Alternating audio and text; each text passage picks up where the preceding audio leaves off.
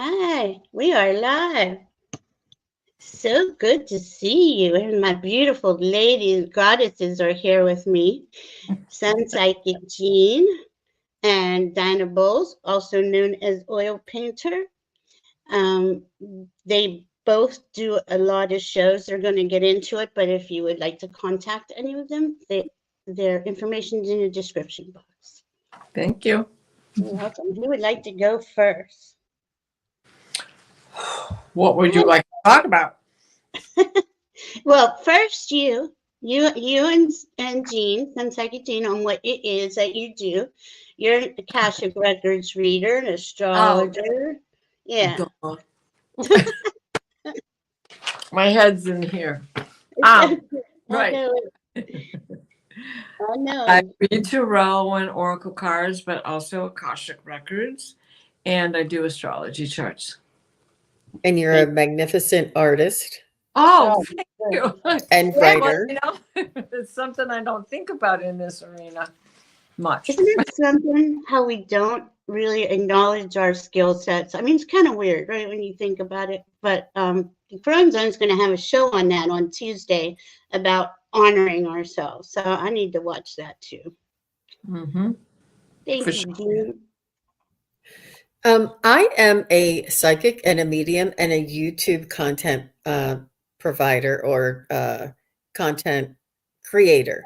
And I am just blown away by all of these very amazing astrological happenings and occurrences and definitions that intertwine with the metaphysical, psychic, and the intuitive field. That it all, when we get downloads, when we talk to our spirit guides and messages come through, it is all linked together. It is not two separate schools of thought, so to speak. It all is combined together. It all relates to one another. And what that demonstrates for me is also we are all related to one another. Every one of us who's here now, who watches later, we're all related. We all affect, we all have energy that touches one another, that is related to one another. Nobody is in this alone. We are all here together and all of our energies are combined. And it's excluding none, the positive and the negative. We're all here together. And I think that makes this so much more exciting. And can you imagine the party we're going to have once we get to the other side? And we're going to be high-fiving each other and saying, how about that eclipse? How about that full moon? How about that shift that we all did? You know, and just really celebrate the amazing accomplishments and achievements that humanity is going through right now. Thank you so much, Jean. Thank you. I mean, really, both of you and those like us who have channels that are helping everyone get through these days. You know, it's just it's. I'm grateful for it to have the psychic mediums to rely on to get me through probably the toughest time in all of our lives these last few years. Right. But today is the full moon in Virgo, and Diana's going to go in on and explain that for us. It's a big one. Well, it's Virgo. And Virgo is about taking care of yourself, taking care of your personal things, having a fluff day. Unless you're someone like me, because then, you know, it's like giving a mouse a cookie and you scamper all over the place to get everything together to munch on that cookie. But it's also about health. What have you been doing, especially now that the holidays are behind us, that has impeded your progress? What were something that you were told to do for the betterment of your body that turned out to be the complete opposite? Where do you draw the line between the information that you receive from those who are supposed to be better educated and better knowledgeable about anything that you could possibly read yourself and figure out yourself? So it's like, where do you draw that line? I've had enough of this. Everybody knows that I was pretty sick for this past week, and it was because I was put on a drug that was supposed to make me grow bone. Well, it didn't work. In fact, it was a once a week thing. And each week it got worse and worse and worse. This third week, it took me till yesterday, which made it the 8th day after having taken it, to be amongst the living. And it's like, first of all, they wouldn't listen to me when I talked. And secondly, I took it and I didn't want my psyche to be triggered. So though I read the side effects, I didn't store the info. I read them and I let it go because we got to see what's going to happen, right? Right. Yeah. Yeah. And during this full moon, they reassure us. They say, stay calm and trust in divine timing. Mm-hmm. Focus instead on taking the needed steps to heal your body, mind, and soul. That these things, these flare-ups, these occurrences that happen to all of us we're all going through some form of mind, body, and soul, because it's a triggering time, or it's a challenging time. It's a changing time. It's time to heal before the big changes come in March and May. And it's time to do the work. We make the needed sacrifices for a better and more positive future. It's a good time to get energy healing, a sound bath healing, or even consulting a holistic therapy as well. Some sort of a medical intervention. And that's what Virgo is. Virgo is Mother Nature.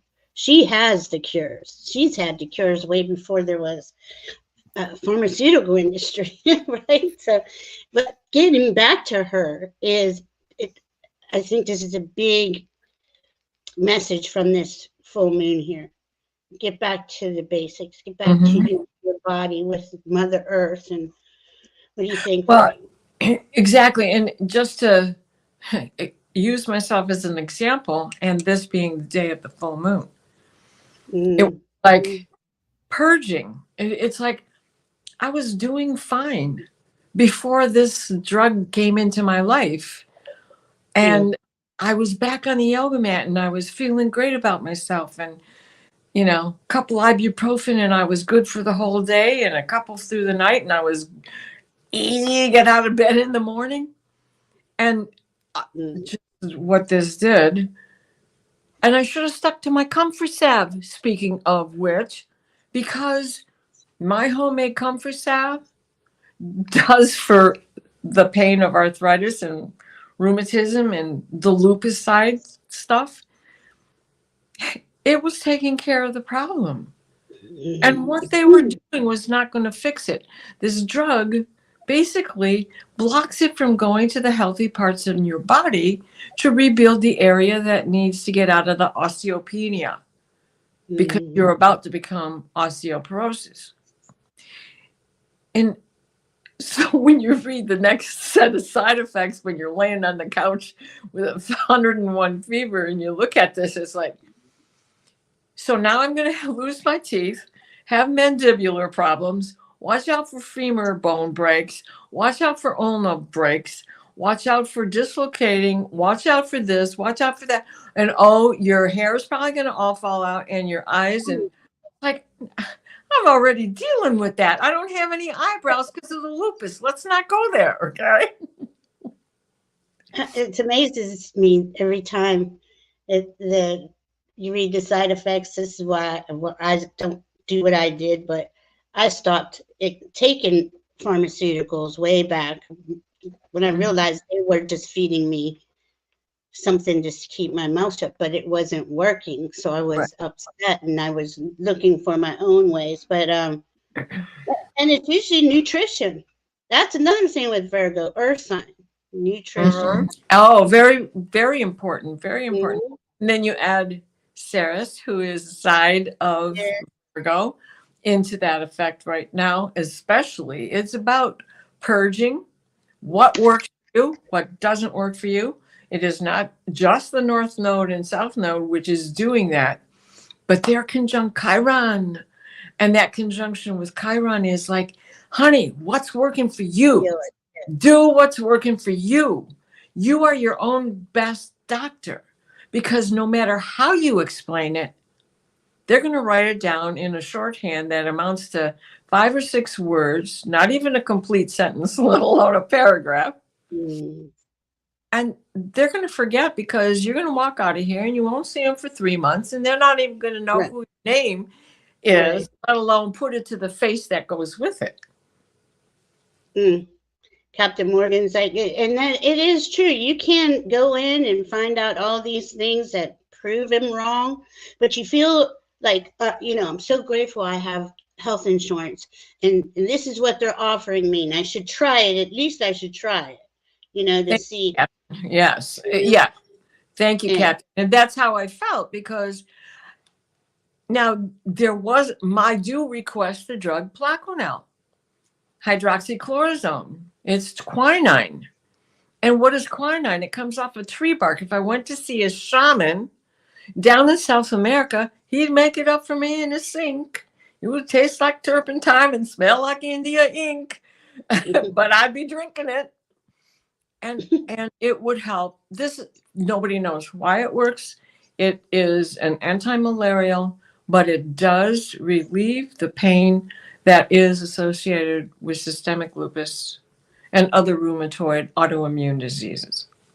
Is that like ayahuasca? Well, they have so many healers in the South America. Right. Right. Okay. Sorry, Jean. The energies of the Virgo full moon welcome the soothing energies. We welcome the soothing energies of the Virgo full moon. I am at peace in my mind, body, and soul. And that's what this Virgo full moon offers us. It allows us to let go of the chaos, of the upset, of the whatever is not flowing, and surrender to our higher self and allow for the divine guidance or the divine energies to work. Step aside. We're not driving here. Allow for the best of the best, and perhaps even like we could say that we can't always control what happens in life, but we can control how we react to it. Maybe we can start a new diet or a new meditation routine or a new perspective on how to look at things. Just welcome the soothing energies of the Virgo full moon and say, I am at peace in my mind, body, and soul. And this is what's offered to us at this time with this Virgo full moon. It's a very gentle, it's a very equalizing, it's a very balancing,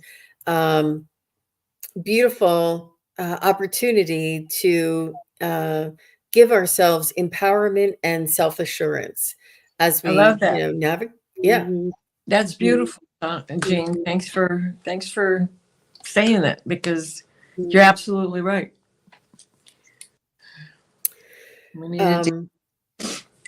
Yeah, it isn't Pisces the last sign of the zodiac? Yes. And don't we have a new beginning coming up? And is it forgive me, is it the spring equinox? Is that when it starts? Yes. March 1st. Well, I think it's the 22nd this year. I don't remember.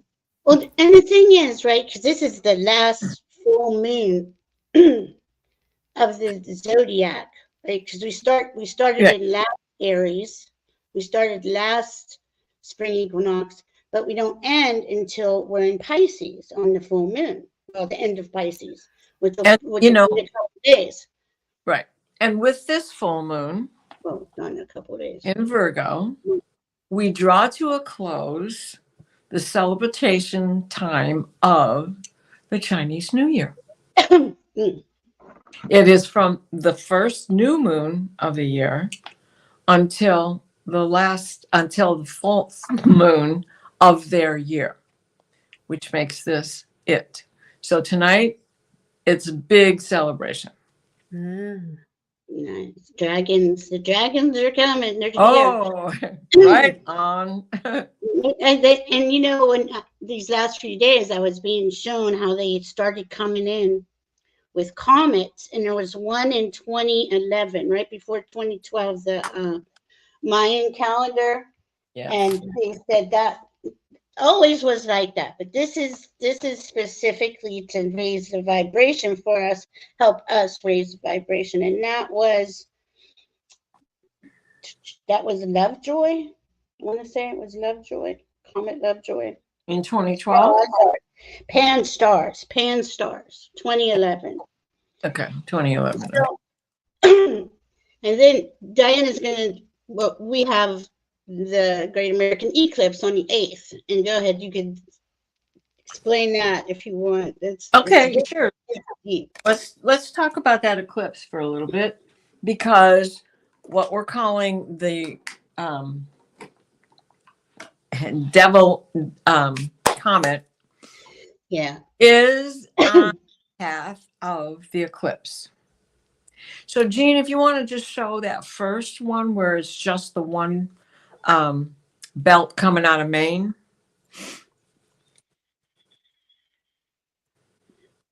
Oh, I got to pull it.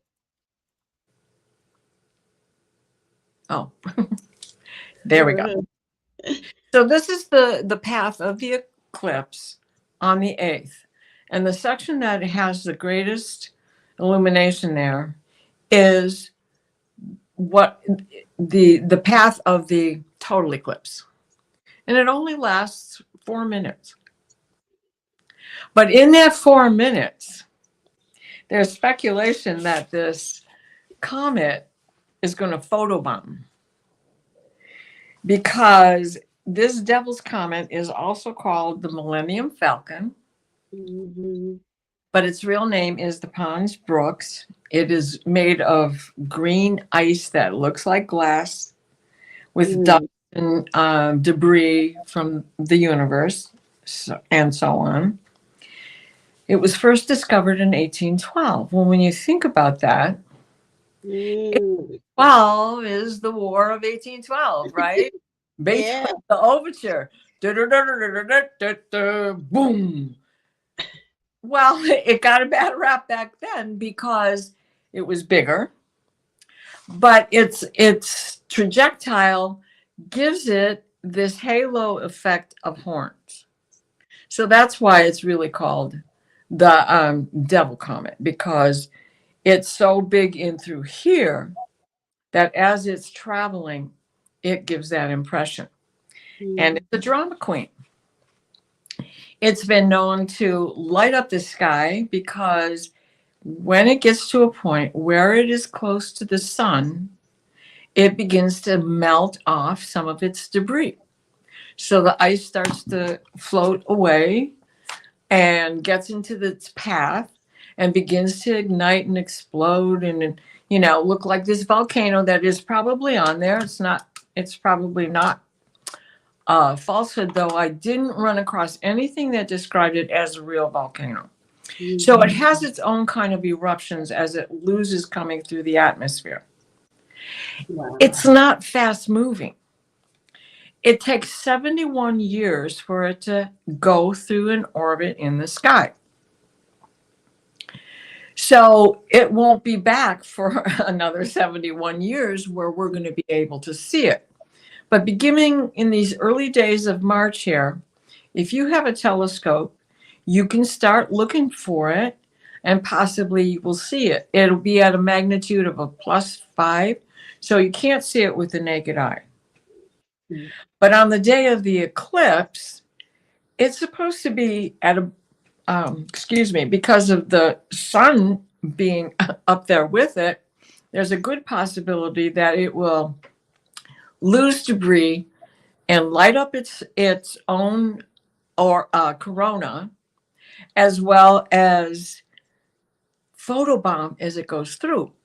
Now you got to remember that solar eclipse is only a 4-minute window, and you have to be in the perfect eclipse to even have a chance of seeing it Are you going to stare at the sky during the solar eclipse, hoping to see the dragon? No, I'm sure NASA and all of the observatories all over the world are going to be geared on this path in order to try to catch a photobomb moment. And, you know, it may not feel like performing. So it will still be at its lower visibility anyway. But just the fact that on an eclipse called the Great American Eclipse that's crossing Austin, Texas from the 2017 eclipse. Right. To have that come in during that 4-minute window, I can't wait to see what happens. I think it's exciting. But isn't that it's a message. Yeah. It's going to pass through several constellations, but it resides in Andromeda. Okay. So it's going to be hard to see. Visibility during the solar eclipse on the 8th possible, but you got to be, you've got to be in the total eclipse site. It's also nicknamed the Millennium Falcon. It's known for its dramatic performances when the ice ball glass loses its dust and it begins to turn into gases. So now if you want to put up that other eclipse photo. This is beautiful, right? This is what do we have going on in Texas?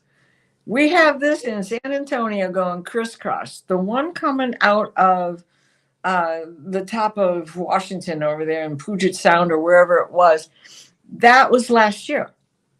And it went over that part of the nation and went over through Texas, through San Antonio, and on into the Gulf of Mexico. This one's 2023 right here, you guys. Yeah. And this one's 2024. Yeah. So if you can see my little thing going. Bingo. Thank you, Jean.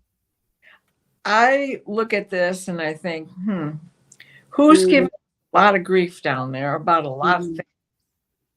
What do we see going on with this? I'm sorry, I'm a kid from the 60s, 50s, and 60s. So my cartoons are always, Bugs Bunny, Pecos Bill, Yosemite Sam. And it just, I look at that and I think, okay, there's the double barrel. There's these belts. It's we're on our way to making big changes through an area that needs big changing. Brilliant. I mean, it's an epic time to be alive. That's the only thing I can keep saying is that we are living history and knowing every day that something new is on the plate, like the comets coming in with the eclipse. You're just like, you can't even make this stuff up, You can't. No matter how hard we try, we cannot make it up. They're not going to let us. And it's funny how once we start down the rabbit hole, we're always able to figure out, oh, yeah, there's the proof. Okay. Well, maybe it's not good enough for astronomers, but it's good enough for me. I love it. And so we're bringing up there's an eclipse on March 25th. There's the equinox and eclipse, and then on April 8th is the Great American, this last one. Right. But we have a 3-4 week window, kind of, right now, that is really saying to us, go in and heal. Go in with Mother Nature. Go into your trust in Mother Nature. Trust in yourself. Trust in this. And I know we say this, or I say this a lot, but when we're usually together, please don't give your energy out to the circus. I mean, I know we have to all stay informed, right? But really, are we being informed, or is it a little you know, to me, it's a little excessive. But the thing with this, let's just go to the election. The election was Pluto. Pluto was in Aquarius. The last time Pluto was in Aquarius was 248 years ago. Humanity, the collective, leveled up, gained more freedom. That is not going to change this time. He will be in Aquarius fully starting November 18th. He'll leave September 1st, just till the November 18th, the worst time period for him to go back into Capricorn, and there's going to be all this ruckus.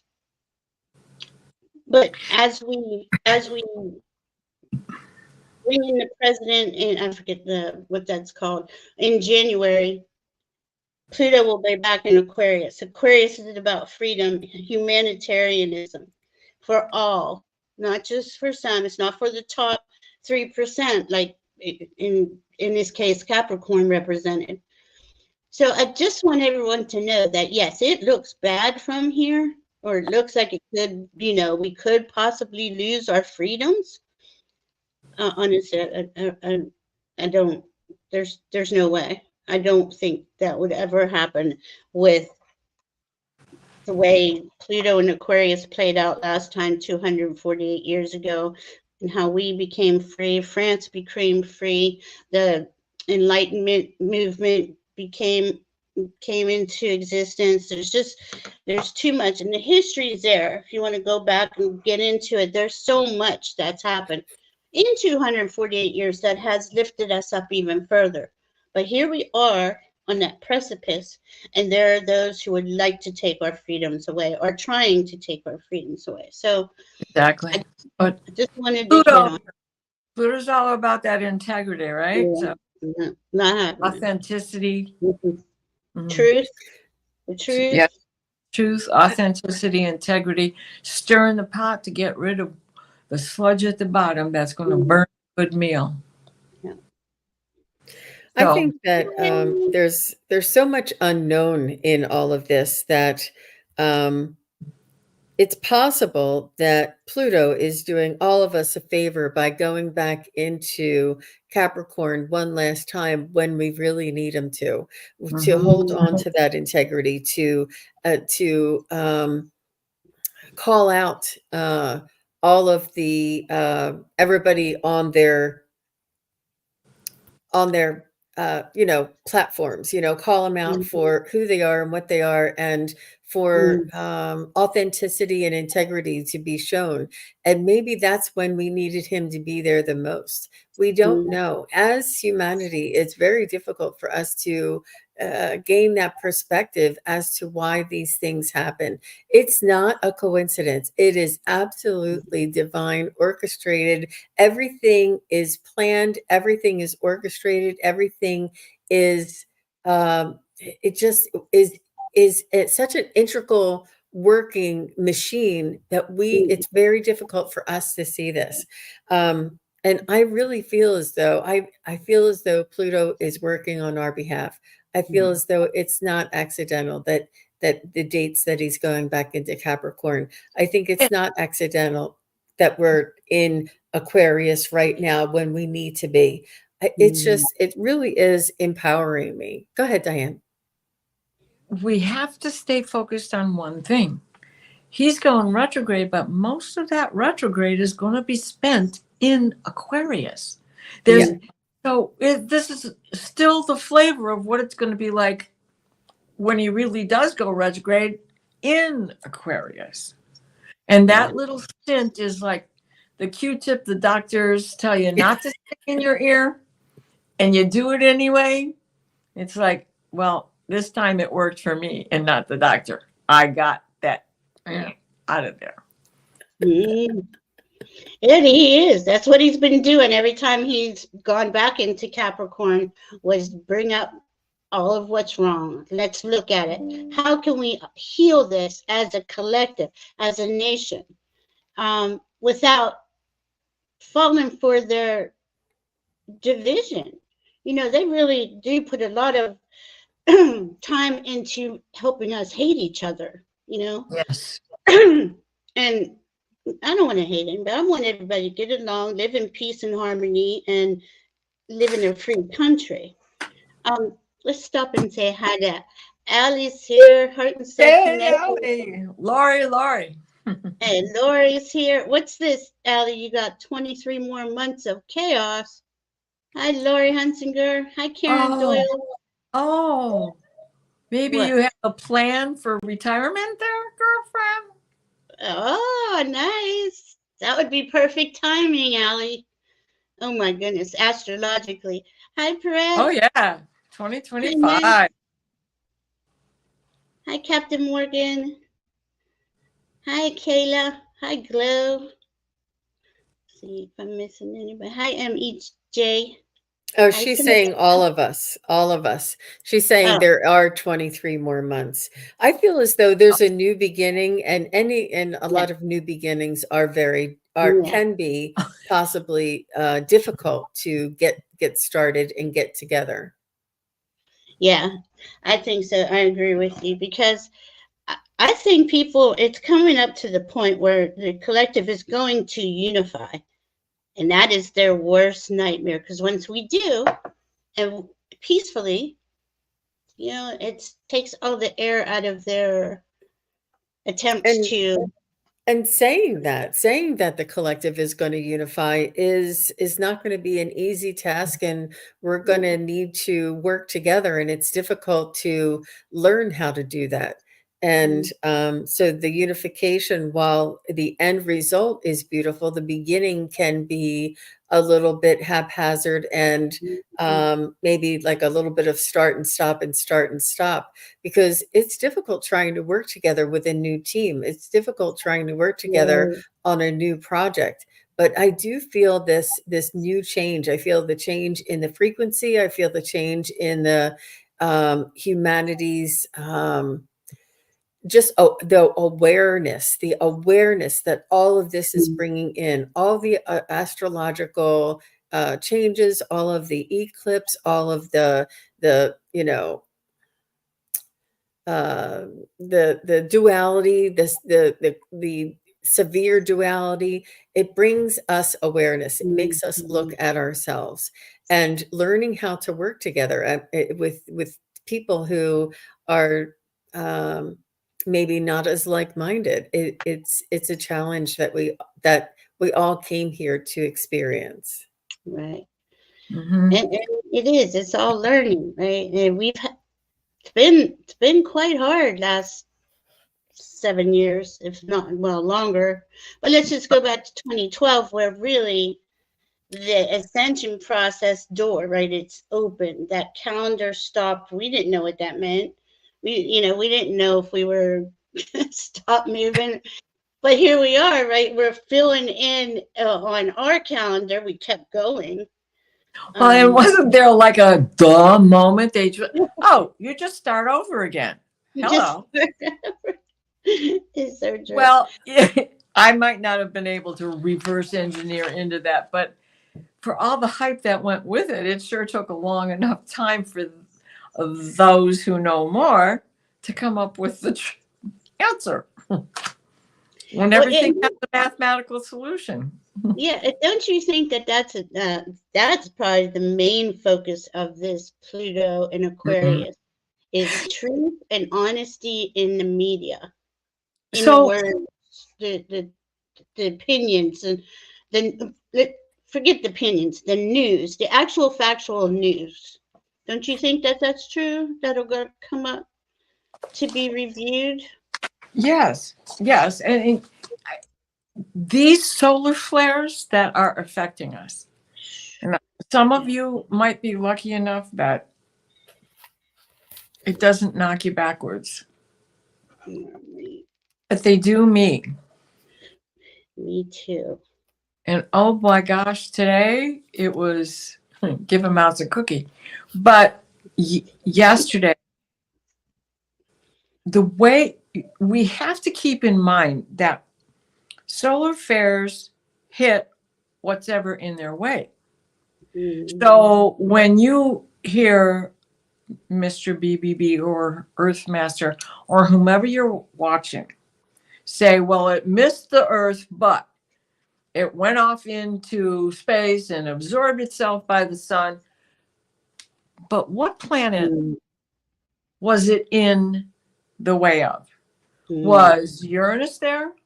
Was Jupiter there?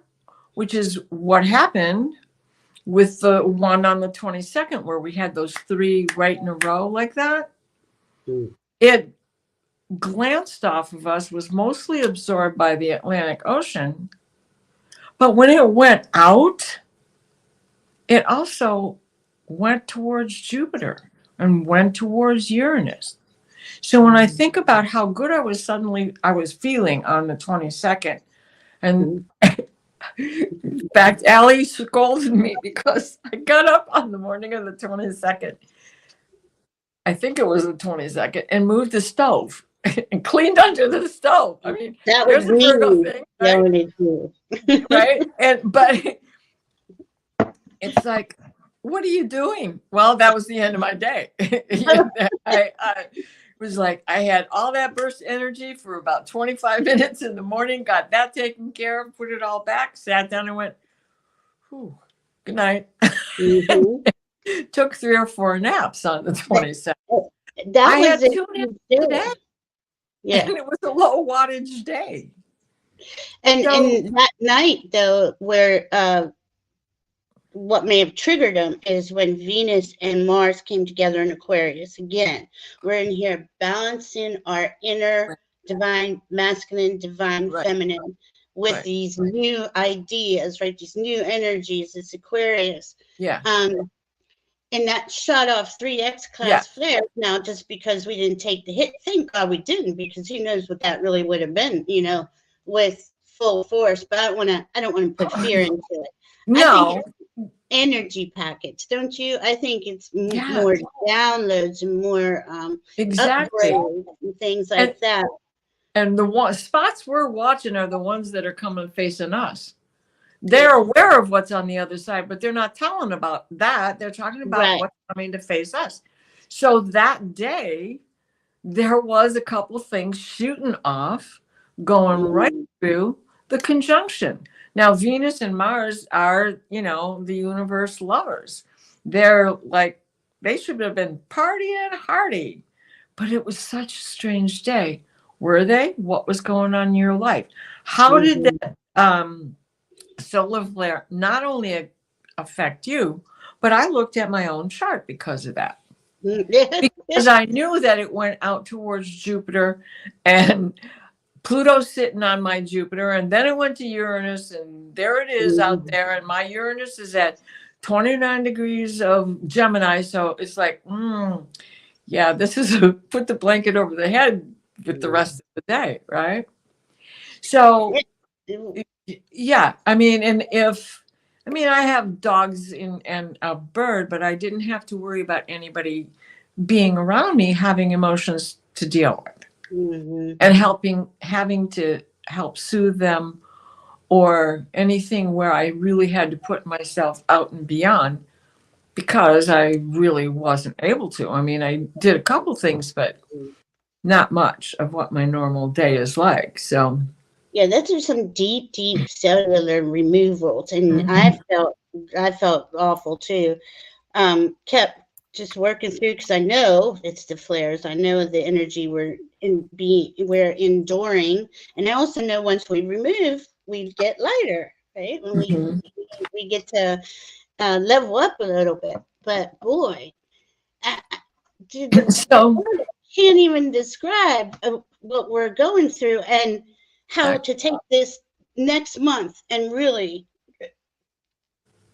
heal yourself. Let go of things that you don't want to go with you. Do the best you can to put yourself in the alignment to where your heart wants to be. I would like to talk about Alexei. And I'm not bringing it up to, strike any more fear, but for everybody to take a moment of silence tomorrow while we're in the world meditation for Ukraine, and remember him and the fight that he's going through. And Jean, if you wouldn't mind putting up his chart for me, please. He's a Gemini with a Virgo rising at 28 degrees and a Virgo moon at 0. Oh, he's got Regulus on his 0. Oh my God. And his Mars is sorry, hold on. I always forget. All right, go ahead. There we go. So we have his Pluto in Libra, but in the first house, right? Can you tell me where to point? Yes, in the first house. Right here. Right, okay. Right there, that is Pluto. It's at 8 degrees. And squaring his Pluto is the transiting Pluto. And on the 14th, Mars was conjunct Pluto, squaring his Pluto. Mm. Wow. So we have, when we moved ahead to the 16th, which was the day we were given the announcement, that Pluto-Mars conjunction is in a quincunx to Saturn. That's the fine-tuning that I always talk about, right? And because we had that Pluto-Mars conjunction, the integrity of and how to go forward, and the truth is. And that constant fine-tuning. He lived his life doing that. When that quincunx began to take away his ability to do the fine-tuning himself, his Saturn was in opposition to the transiting Venus. Now, Venus is in the 4th house there by Pluto in Capricorn. And then I don't know where to point. Go. Is it over here? There you go. Yes. Right. That back to the This 4th. one. There Yeah. you go. We want the green planet with the circle and the cross. That's Venus. Yeah. And when you go across from there, his Saturn is at 29 degrees of Cancer in the 10th house. Ooh. That is a sacrifice. Okay, now this is on February 14th. On February 14th, we had those 2 major solar flares, right?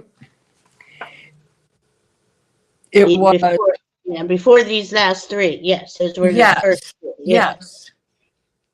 They didn't tell us till the 16th. Mm-hmm. Now, if you would put up the Schumann resonance for the 14th, that photo that I had given you, there you go. Thank you. When we look at this, this is what the Schumann resonance was doing on the 14th. We want to go Here's to the 12th. Here's the 13th. And here's the 14th. And this is the Schumann. And the Schumann resonance is the vibration or the frequency of planet Earth. Yes. Mhm. Yeah. We call her the heartbeat. Yeah. Heartbeat. Heartbeat. So that first solar flare came in that morning group. Schumann comes out of Tomsk. So where you see the sky begin to light up over on the 14th, over to the right-hand side, but early in the day, because as the day continues, that solar flare, the surprise one in the middle of the night, the solar flare, it was the middle of the night for us. That solar flare went off. Then there was a little break, and then the solar flare, and then we have that big green stretch, and all of a sudden big spikes again, right? Mm-hmm. That was the lull in between those 2 solar flares as it went out and vacuumed itself back in. Mm. My psychic hit is, it was sometime on that day where he expired. And they just didn't let the news out Mm-hmm.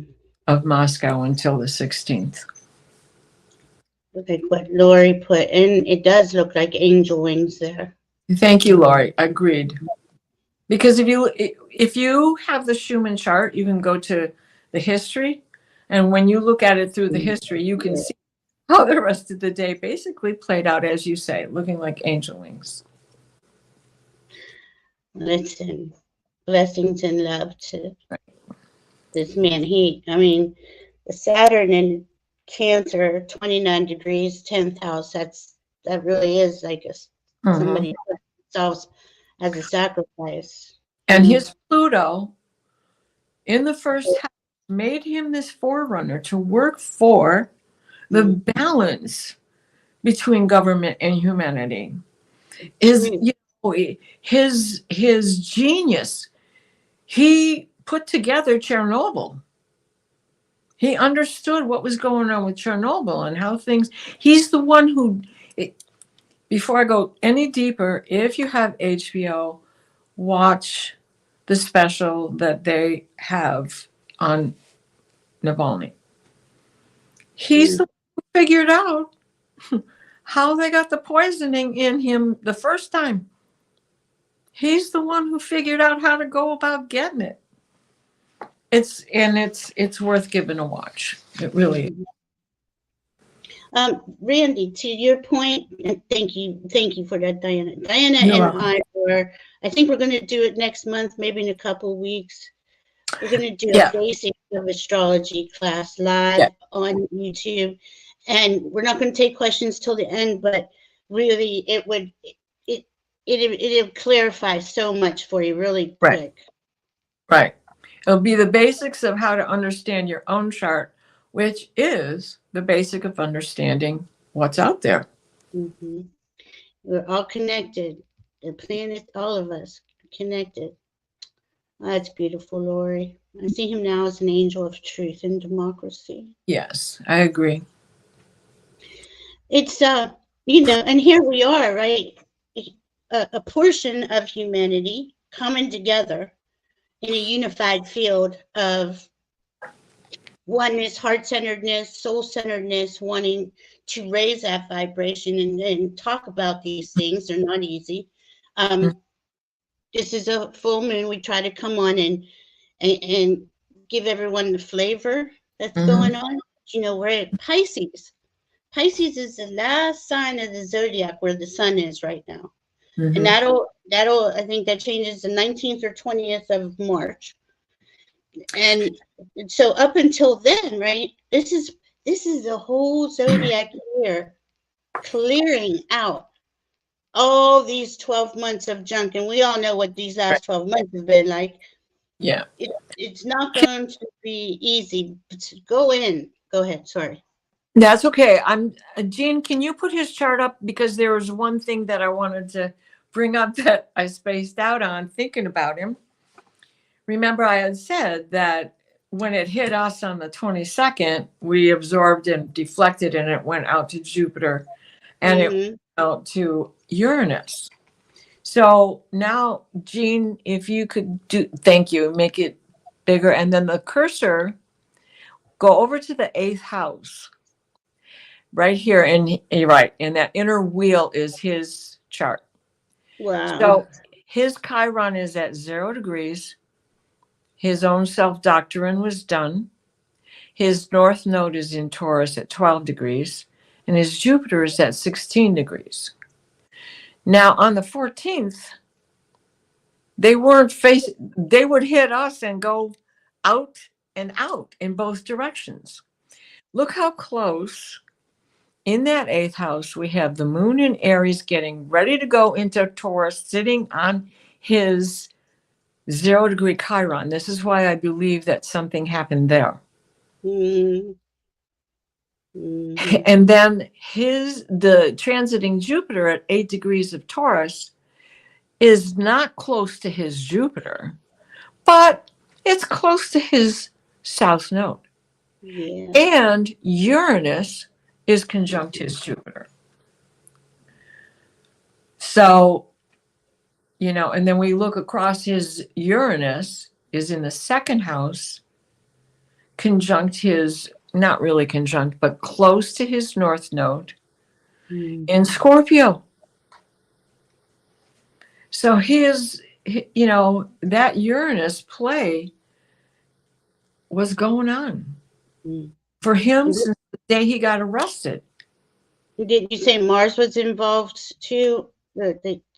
Something happened with Mars? Well, yeah, because his Mars is at 0 degrees, quincunxing the 29-degree oh my goodness. Saturn in the 10th house, rules and regulations, foundations, someone who's trying to keep the old regime in power, someone who's trying to make it better for the humanity. His 4th house is empty, so that's a clear view across to his 10th. And his Mars being there in Leo, he knew how to take action for the people. Yeah. With the brilliance of the 11th house. 11th house, yeah. That's really cool. Tell us a little bit about what the 11th house. Go ahead, I Val. don't know, just how to describe that. How Some to character traits or some, just a couple.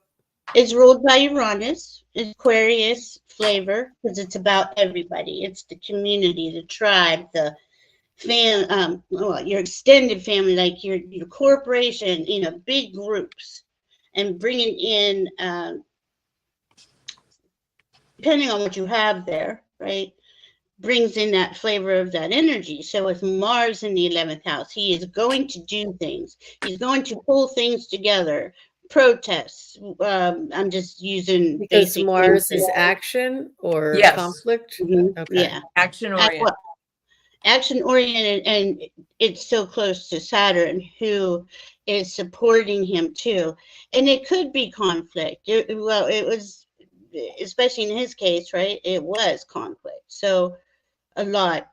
But I think the conflict, he got 1st house, Pluto. Right. That 1st house, Pluto, he was just never really going to be able to relax in life. Let's say it like that. Exactly. But we have Mars opposite his Mars. Transiting Mars at 0 is opposite 10-degree Leo. Yeah, see, that's very powerful. And if you could point that out, Jean, for Tell me again, say that again. The 11th house and 4th house, Mars is red. There you go. Yeah. So see, they're not quite in opposition by no means, but you're talking Pluto. Sure. Yeah. Look at that stellium going on there in Aquarius, So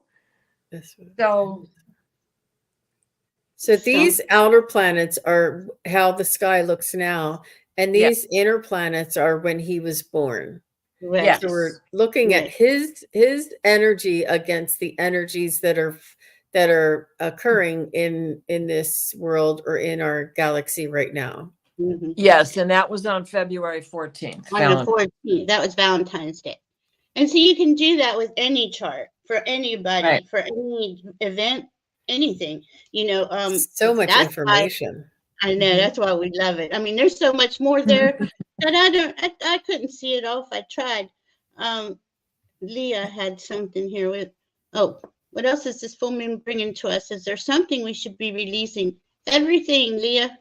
Everything that is not resonating, anything extra needed, since it's the last full moon of the astrological year. Now, see, that's brilliant. You want to look at, okay, what did this year bring in for you? What is it that you want to, that is not going forward with you? And beautiful. Give it a little ceremony. Say it, tell you love it, and I appreciate the lessons, but this is that. I'm done. Go inside. This is where we go inside and we soothe ourselves. And we let Mother Nature help us. Make some moon water. That's also a good thing to do, because this is very psychic energy. And you can use that, whether you drink it or put it in your plants. We have Virgo, who's the earth angel, and Pisces, who is spirits, psychic, intuitive. Okay. That's their whole energetic beingness as a Pisces. Virgo on the inside feels it, you know, they bring those feelings into earth, make them manifest. Virgos are the healers, are the earth angels. They really are. And this is an axis, you know, well, it's a Pisces Virgo axis, but they're on certain points, 6th house and 12th house. And that is an important, you know, first house to the 6th house is all about our personal, how we grow, how we are as individuals. And the 7th house to the 12th house is how we integrate the rest of our friends, family, the world. I mean, you know, so, I mean, there's so many ways. We're going to go through all that, but Yeah. there's no escaping the 12th house's spirit. And spirit's here guiding us. We all have guides. We all have teams that are going to, you know, let's move on. Let's let go of this. Let's start going this way. And the more you do what you love, the more that you make an action, even if it's writing it down or a phone call, those doors start opening. If it's resonating with your heart, So, spirit will open a door. is it the overarching energies of Pisces season? All of these details are occurring within. Can you tell us a little bit about Pisces season and what I don't know, attributes or things that is known for Pisces season? Sure, it's the dreamy time of the year, it's the poetic time of the year. Mercury is now in Pisces with Neptune at the other end of the spectrum, but there they are as bookends, you know, what you want to call parallel each other. And so Mercury is like always about the gathering of the information, but he slows it down this time. You know, it's not just about getting it out there, but it's about getting it out more poetically, more dreamy, more chance to plan. We don't care if it's the reality of it all. Right now, I need a puff day, things of that nature, right? And Mercury is perfectly willing to take this moment and do this for a change because he's always spinning his wheels, even when he's retrograde. Well, I heard Valerie say something about that Pisces heightens our psychic skills. Was that related only in the chart, or is that related, or is that true in the season as well? Oh, it's really comes in. This is why it's wintertime, right? If we went by the old natural calendar, we'd be inside. We'd be going inside for a reason because that's what they got there. And you'll stay inside. It's 29 degrees, probably down to 26 now. Yeah. Someday. You had to be pretty tough to live through that. But they were in touch with the nature. Think of it. They talked to everything, the trees, the plants, the ground, the dirt, you know, and it was a different life. Now we can still access this with all these beautiful creature comforts we have to go inside and let your body talk to you, let that Virgo talk to you, let spirit come in and guide you onto your next step. We all have something in our heart that makes our heart smile. And as soon as we take a step towards that, that's when spirit opens the doors for us. So it's really, really a cool time of year. And, you know, we're going to plant seeds on the equinox. We're going to really, that's why you want to go inside now and really put in that, you know, that contemplation time to go in to really, how do I want to do this? What is the steps A, B, C, D? And see, we got Saturn over there in Pisces helping, you know, even though Saturn's being transformed himself, he is still our daily structure. He's still the one that gets us through. This is how we do everything. This is how we do every day in our world. And Virgo goes, okay. So yeah, Virgo and Capricorn really helping you on those minute, all the details, really. And Saturn's the ancient ruler of Pisces. And when Jupiter was discovered. He is now also an ancient ruler of Pisces. So Jupiter's okay when he's in Pisces, you know? Mhm. It is. It is. And It's interesting to watch it all play out. right. And Jupiter in Taurus right now isn't upset with being there. This gives him a chance to really slow down and examine what's the delusion, what's the reality? Where do you draw the line? These are, as we've been saying for months, probably, right? This is the time to go ahead and nitpick. And you know what? That's a really good point, though, Diana.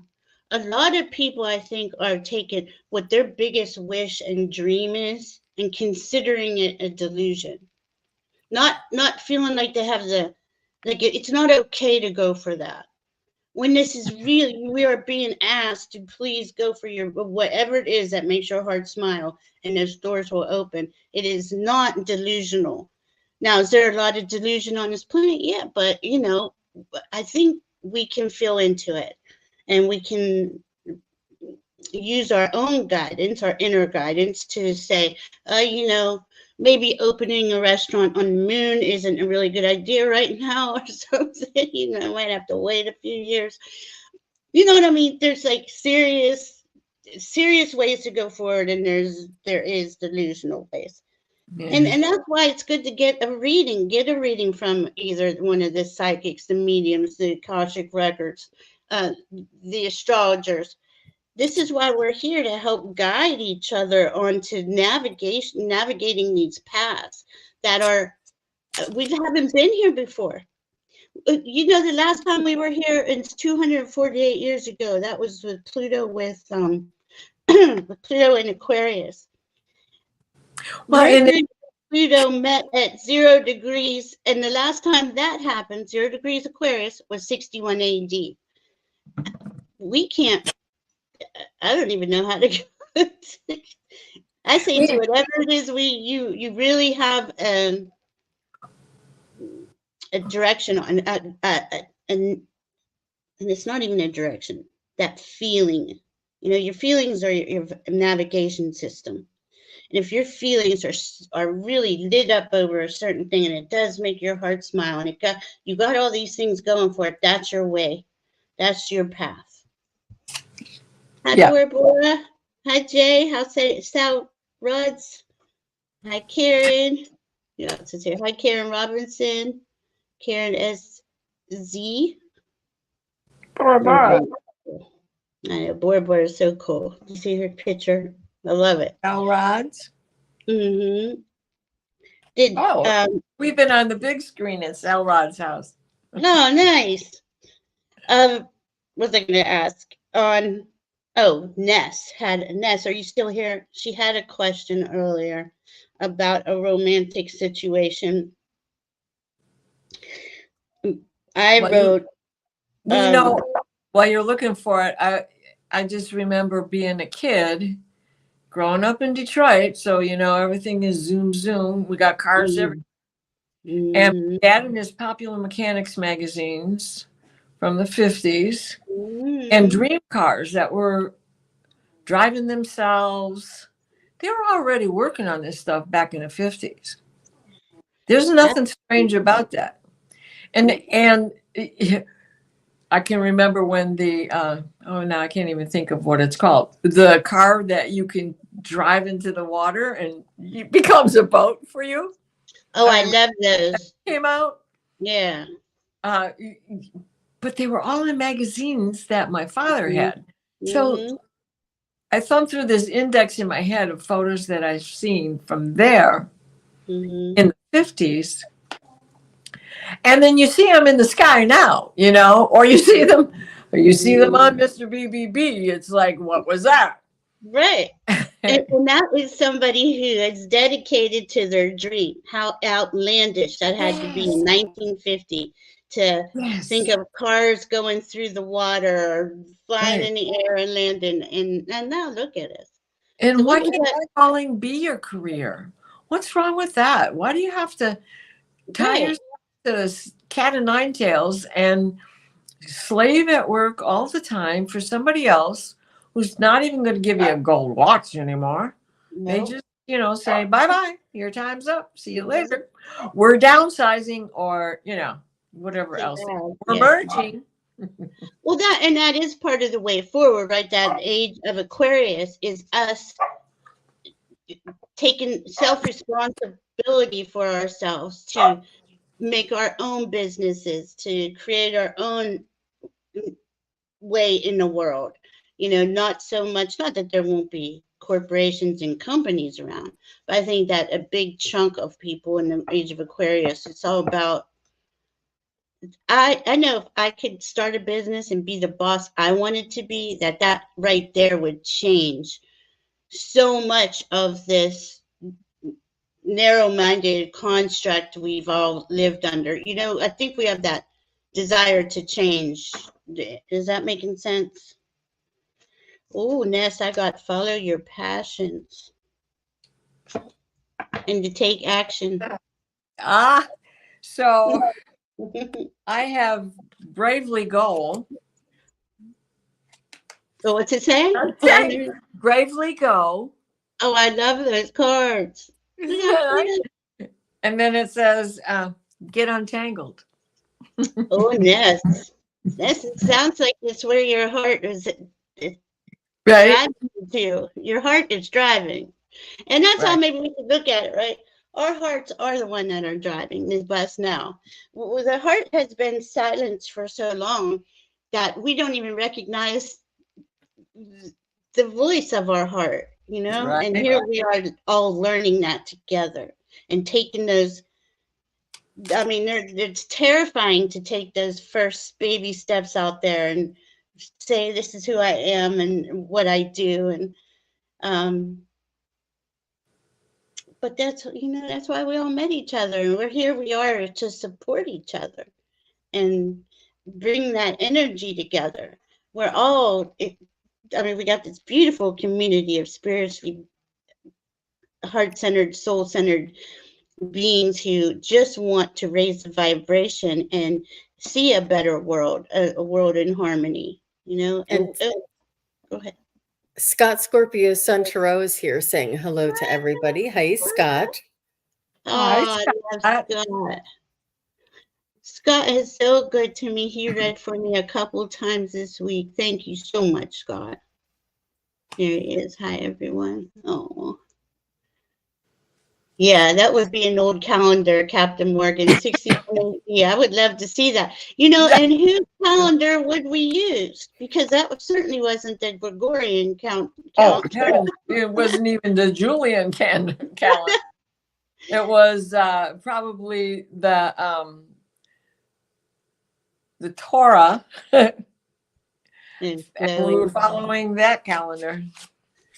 So much we don't know, right? So that's why our heart and our feelings are our guidance system, because so much of the information that we have been given has not been true. And it's ridiculous to stand here and argue it over it if we have a direction, a feeling on where it is we do want to go forward to. That's the truth. That's the actual truth. I know a lot of people, and I used to be one of them, used to fight about the details. Well, this doesn't say that, or it doesn't even matter. What? Even if you could change that thing, it's not going to change anybody else's mind. That's an internal job. Well, anybody have any questions, or Jean, did you have any other questions on anything? No, I think it's a beautiful array of energy and activity going on that is fascinating and something to look forward to and use to our highest good. Mm-hmm. Yeah.